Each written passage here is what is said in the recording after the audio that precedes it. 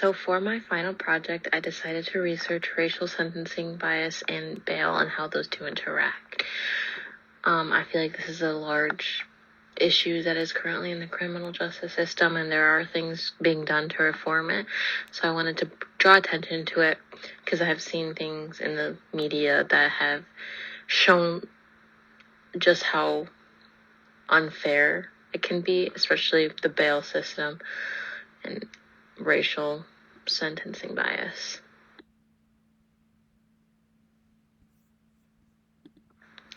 So there can be sentencing biases due to race. Sentencing is a very complicated process, and people can get different sentences for the same crime, unfortunately. This can lead to unfair sentences based on things such as race.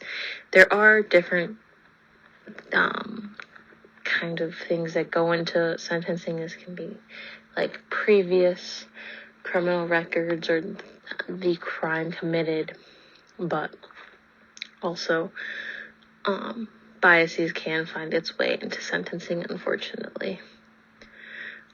The sentence is up to the judge, so if they allow their own personal biases to get in the way, they may make unfair decisions. In a study conducted by Everett et al. In 2002, they viewed the federal sentences of different people in order to compare sentencing among different races. So in this study, they first did not control for offense-related characteristics. So African Americans were 50% more likely than whites. Hispanics were 39% more likely than whites, and Native Americans were 43% more likely than whites to receive higher sentences. So although this does not control for offenses related characteristics, so it could be based on the offense. It is kind of strange to see this differentiation between the races. But they also conducted one that controlled for offense-related characteristics, so blacks were still 22% more likely than whites. Hispanics were 15% more likely, and Native Americans were 23% more likely to receive higher sentences. So this was already controlling for offense-related characteristics, so the fact that there is still a noticeable difference is a little bit worrisome. So there can be So, in general, bail is used to encourage people to come back to court after their initial appearance. It's kind of just putting down money or a property or something of monetary value that could be used as collateral. So, according to Neubauer in his book, published in 2018, some people can be held in jail without bail if it is deemed necessary for the safety of the community. And bail is set by the trial court judges and is based on multiple factors. So it can be based off of risk of flight and other non-appearance. So if they think the person may try to leave the country or will just try to hide somewhere, they may set bail higher in order to prevent them from doing this. Because if they do not come to court, then they will lose this money or this property. It's also for a risk to self and others. So if they believe the person is going to hurt themselves or hurt someone else, they may either make bail higher or can also force them to be incarcerated while awaiting trial for the sake of the safety of themselves and others. Situational justice is also a factor that goes into bail and it being set, and this is how the person acts in court, and just how they respond to questions, and just the general judge's image on them, which can be problematic if the judge has unfair biases. So, in general, as mentioned kind of a little bit in the previous slide, there are many problems that go along with the bail system. It's not a perfect system by any means. This system targets low-income communities, which often tends to be minority groups. It's essentially a buy yourself out of jail system that if you can afford to pay the bail, you can go back to your lives while awaiting trial.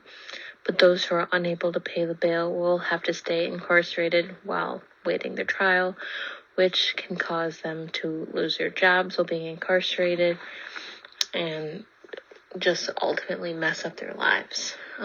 According to an article published in 2022 by Worms, those who are held pre-trial are 4 times more likely to be sentenced to prison than defendants released prior to trial. This can be for a multitude of reasons. They may become more likely to plead to a crime they did not commit in fear of potentially getting a larger sentence if they do not take the plea. And also, if they have already been in jail before the trial even started, they might want not to spend any more time and want to move on with their lives. So they may just take the plea even if they did not commit the crime.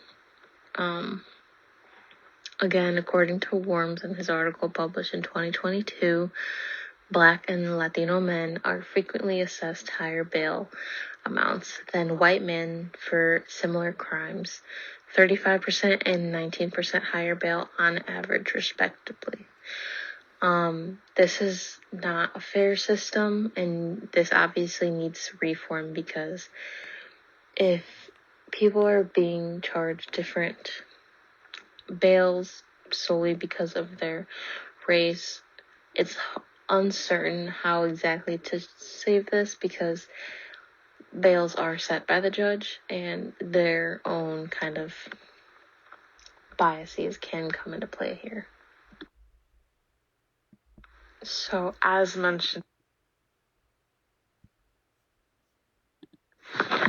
one case in particular that stood out to me was Kalief Browder, who I've learned about in previous classes. So according to a 2019 article about Kalief Browder published by UMass Lowell, he was a 16-year-old male who spent over 1,000 days in Rikers Island from 2010 to 2013 for a crime he did not commit. So he was only 16 years old when he was accused of this crime. So he was accused of stealing a backpack from someone and was apprehended off the street where the victim identified him. He actually did not commit the crime and was wrongfully identified. And the victim was very back and forth on his story. So he just kind of kept going back. And the date of when the incident took place, and if they actually took him or if they just tried to take his stuff. But ultimately, Kalief was taken to custody, and him and his family could not afford bail when it was posted originally. But by the time they got the money together, they denied him bail altogether.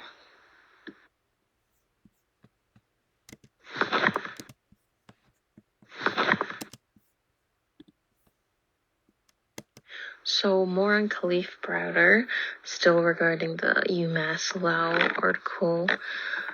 He was sent to Rikers Island, where he was abused and spent around 700 days in solitary confinement, which only a few days in solitary confinement can be considered torture.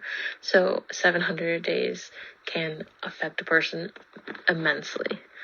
They offered him several plea deals, which required him to plead guilty, which he was not interested in because he did not commit the crime. So he did not want to admit to a crime that he did not commit. This is where a lot of people will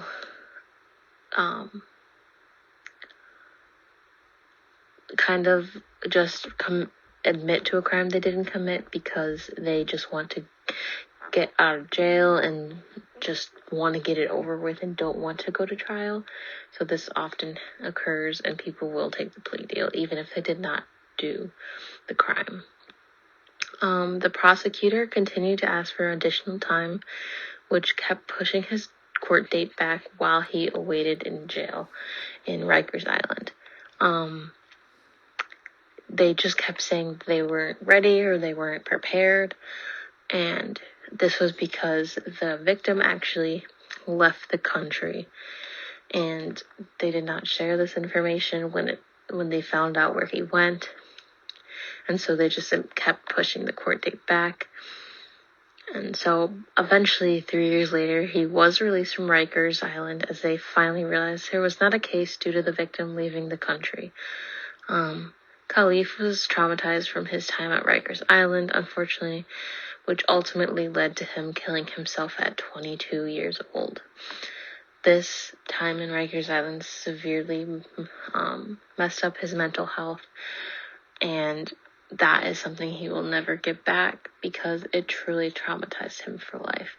And this is just one of the many cases that showcase just how terrible the criminal justice system can be, and how racial biases can come into play. So there have been some reform initiatives and that have been brought to light in terms of bail and how it is set and just overall in general. In 2021, Illinois became the first state to abolish cash bail altogether. And according to an article published in 2023 by the Equal Justice Initiative Group, the Illinois lawmakers and governor passed a package of criminal legal system reforms that changed the framework for the pretrial release of people charged with crimes. So this is called the Safety, Accountability, Fairness, and Equity Today Act, which is short for SAFE-T. This eliminated monetary bail and created a default rule that all those charged with an offense should be eligible for pre-trial release. So this means that nobody is having to pay to avoid jail before their trial date. So everyone has that same fairness that if they can't afford it, they won't be forced to go to prison. On a case-to-case basis, some may be subjected to electric monitoring or home supervision. So this could be if they're a flight risk, or they're if they may not show up to the court for some reason, they may be put on home supervision or electric monitoring to make sure they stay around for their court date. On a case-to-case basis, some may be subjected to being detained because if they are a danger to society, they may be detained. However, the prosecutor must prove that they qualify for pre-trial detention, so it's not as easy.